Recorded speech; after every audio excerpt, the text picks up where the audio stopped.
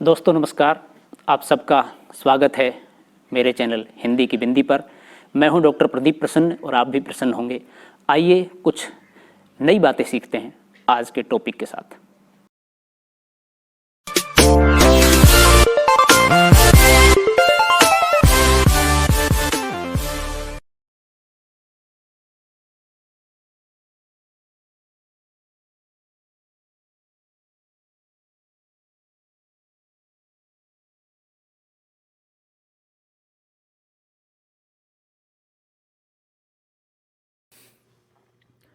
विद्यार्थियों, आज की वीडियो हम बना रहे हैं कक्षा 12 की हिंदी पाठ्य पुस्तक अंतरा भाग 2 के पाठ शेर पहचान चार हाथ और साझा, जिसे असगर वजाहत ने लिखा है।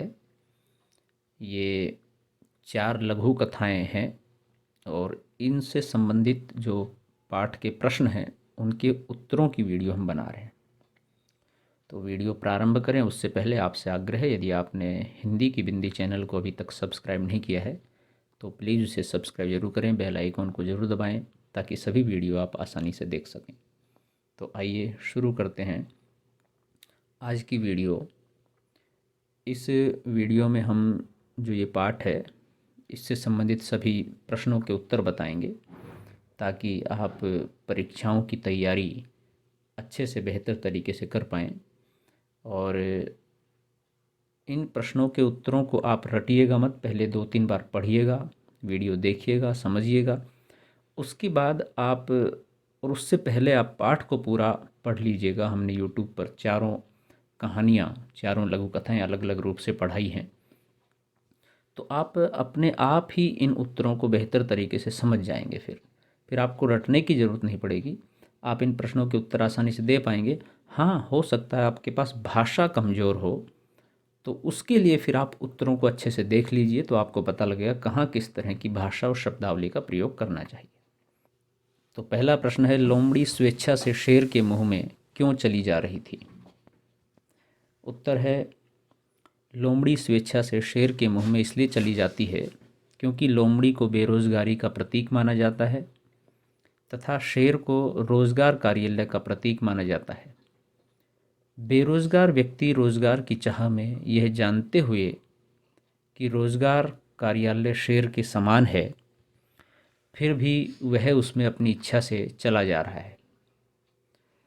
प्रश्न नंबर 2 है, कहानी में लेखक ने शेर को किसका प्रतीक बताया है? उत्तर है, कहानी में लेखक ने शेर को एक ऐसी सत्ता के परिचायक का रूप बताया है जो अलग अलग प्रकार का लालच देकर आम आदमी को अपनी ओर आकर्षित करती है। यानी कि ये सत्ता हर प्रकार से व्यक्ति को प्रभावित करती है और कुछ इस तरह के प्रलोभन देती है जिससे कि व्यक्ति उसकी ओर उन्मुख हो जाता है। शेर के मुंह और रोजगार के दफ्तर में क्या अंतर है? उत्तर है, शेर और रोजगार के दफ्तर में यह अंतर है कि दफ्तर में जाने वाले व्यक्ति की इच्छा समाप्त हो जाती है, परंतु शेर के मुंह में जाने वाले जानवर का जीवन ही समाप्त हो जाता है। तो एक तरह से दोनों की समानता इस प्रकार से दिखाई देती है, एक का जीवन समाप्त हो रहा है, एक की इच्छा समाप्त हो रही है, क्योंकि जो व्यक्ति ही समाप्त हो जाएगा तो उसकी इच्छाएं रहेंगी नहीं। प्रश्न नंबर 4 है, प्रमाण से अधिक महत्वपूर्ण है विश्वास। कहानी के आधार पर इस टिप्पणी को स्पष्ट करना है। तो उत्तर है, प्रमाण से अधिक महत्वपूर्ण है विश्वास, अर्थात प्रमाण विश्वास से बड़ा होता है, क्योंकि कई बार लोग प्रमाण देखने पर भी यकीन नहीं करते और कई बार लोग केवल विश्वास के आधार पर ही यकीन कर लेते हैं। केवल विश्वास होने पर व्यक्ति दूसरे का साथ देने के लिए तैयार हो जाता है, बिना किसी तरह का प्रश्न उठाए। कहानी के आधार पर कहा जाए तो लोगों को पता है कि रोजगार दफ्तर शेर का मुंह है, फिर भी लोग उसमें जाते हैं क्योंकि उन्हें इस बात का विश्वास है कि वहाँ उन्हें सुख की प्राप्ति होगी। अर्थात उनको पता है शेर का मुंह है रोजगार का दफ्तर, अर्थात उनका अंत हो जाएगा, लेकिन उसके बावजूद भी जा रहे हैं। तो ये जो विश्वास है ये बड़ा है प्रमाण के बजाय। अगली कहानी पहचान, उससे संबंधित प्रश्न है इस प्रकार हैं, राजा ने जनता को हुक्म क्यों दिया कि सब लोग अपनी आंखें बंद कर लें? उत्तर है, राजा ने जनता को आंख बंद करने का हुक्म इसलिए दिया ताकि प्रजा उन पर हो रहे अत्याचार और शोषण के प्रति उपेक्षित हो जाए और राजा अपने मनमाने ढंग से उनका शोषण करता रहे। यानी कि राजा का जो शोषण का चक्र है वो उसके अनुरूप चलता रहे, प्रजा उसको न देख पाए। प्रजा यदि देखेगी तो विरोध करेगी या बोलेगी, इसलिए आंखें बंद करवा दी। आंखें बंद रखने और खोलकर देखने के क्या परिणाम निकले? उत्तर है, आंखें बंद रखने और खोलकर देखने के निम्नलिखित परिणाम हुए।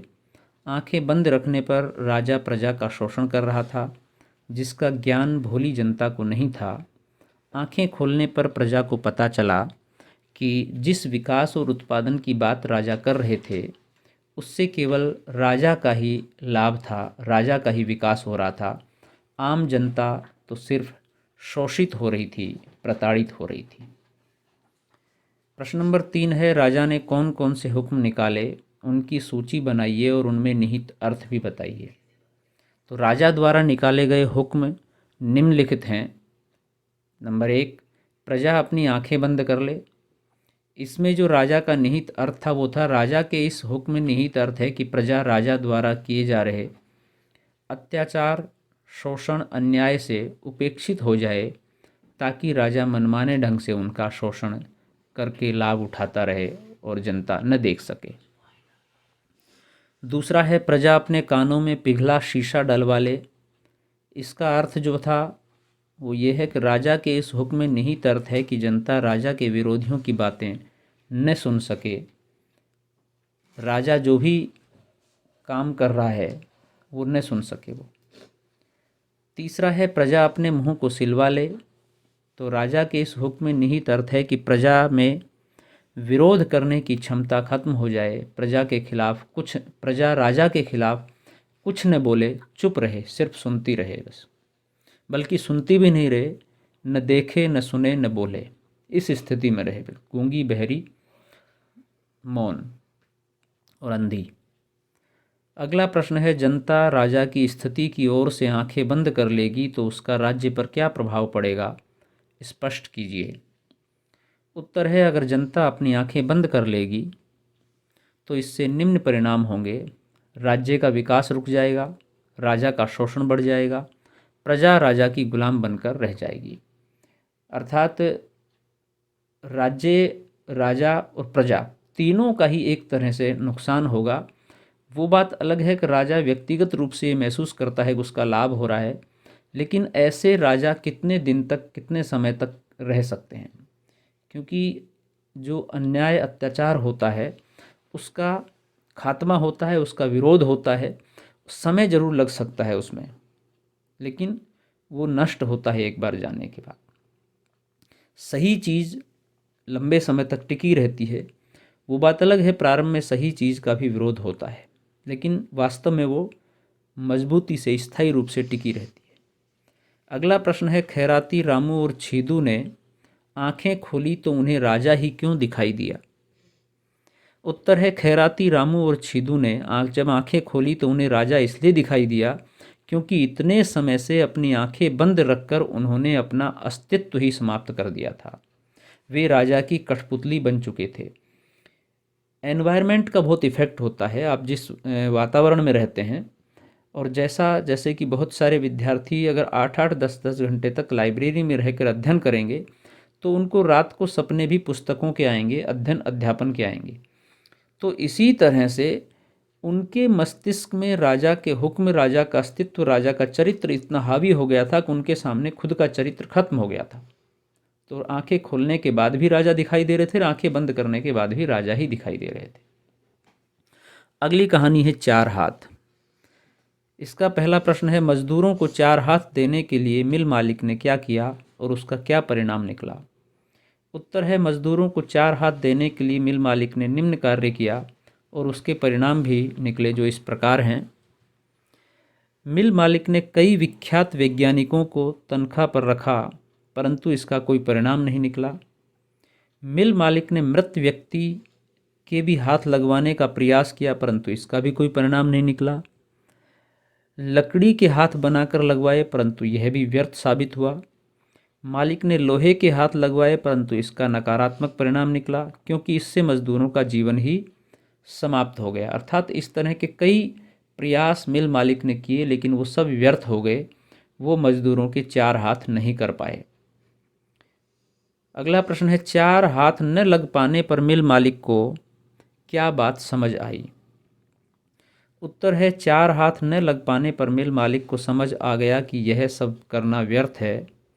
इसकी जगह मजदूरों को कम मजदूरी देकर उतने ही पैसे में अन्य मजदूरों से काम तेजी से करवाया जा सकता है, और इस तरह से एक मजदूर जितना वेतन देंगे उतने वेतन में ही एक दूसरा मजदूर आएगा, तो एक तरह से 2 के बजाय 4 हाथ काम करेंगे, उतने ही मेहनताने में, उतनी ही सैलरी में। तो इस तरह से 4 हाथ बनाए गए। चौथी कहानी है साझा। साझा संबंधित प्रश्न इस प्रकार से हैं, साझे की खेती के बारे में हाथी ने किसान को क्या समझाया? उत्तर है, हाथी साझे की खेती के बारे में किसान से कहता है कि किसान खेती करेगा और हाथी उसके खेत की अन्य छोटे जानवरों से रक्षा करेगा, और जब फसल कटेगी तो उसे 2 हिस्सों में बांटा जाएगा। प्रश्न 2 है, हाथी ने खेती की रखवाली के लिए क्या घोषणा की?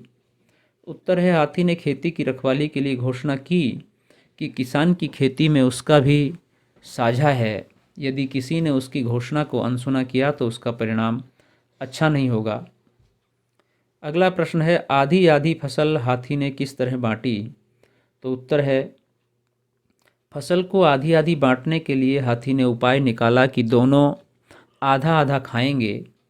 किसान ने जब खाना शुरू किया तो हाथी ने गन्ना खींचा और खाने लगा, तो किसान ने विवश होकर गन्ना छोड़ा, तो हाथी ने सारा गन्ना अकेले ही खा लिया, और इस तरह से हाथी ने बहुत सारा गन्ना खा लिया, किसान बहुत कम मात्रा में गन्ना चूस पाया। तो किसान को हाथी के साझे में बहुत नुकसान हुआ, घाटा हुआ, जैसा कि हर बार उसको होता आया। जब भी वो साझा करता है तो उसको नुकसान होता है, और बिना साझे के वो खेती कर नहीं पाता है। तो यहाँ भी जो ताकतवर है, जो सत्ता है, जिसके पास बल है, किसी भी प्रकार की सत्ता है, वो जीतता है, और जो कमज़ोर है वो हारता है या उसको हराया जाता है। तो विद्यार्थियों, ये थी आज की वीडियो आपने पूरी देखी, आपका बहुत बहुत धन्यवाद। आशा करते हैं आपकी समझ में आई होगी, आप लाभान्वित होंगे इससे। इस पाठ से संबंधित सभी प्रश्नों के उत्तरों को हमने इस वीडियो में कवर किया है। वीडियो यदि अच्छी लगी हो तो लाइक कीजिए, शेयर कीजिए, कमेंट्स कीजिए, और चैनल को सब्सक्राइब करना न भूलें। आपके मन में फिर भी कोई सवाल हो, कोई जिज्ञासा हो, कोई प्रश्न हो इस वीडियो संबंधित या अन्य किसी टॉपिक से संबंधित, तो आप हमें बताइएगा कमेंट्स के माध्यम से। हम उसका समाधान, उसका निराकरण करने का प्रयास करेंगे।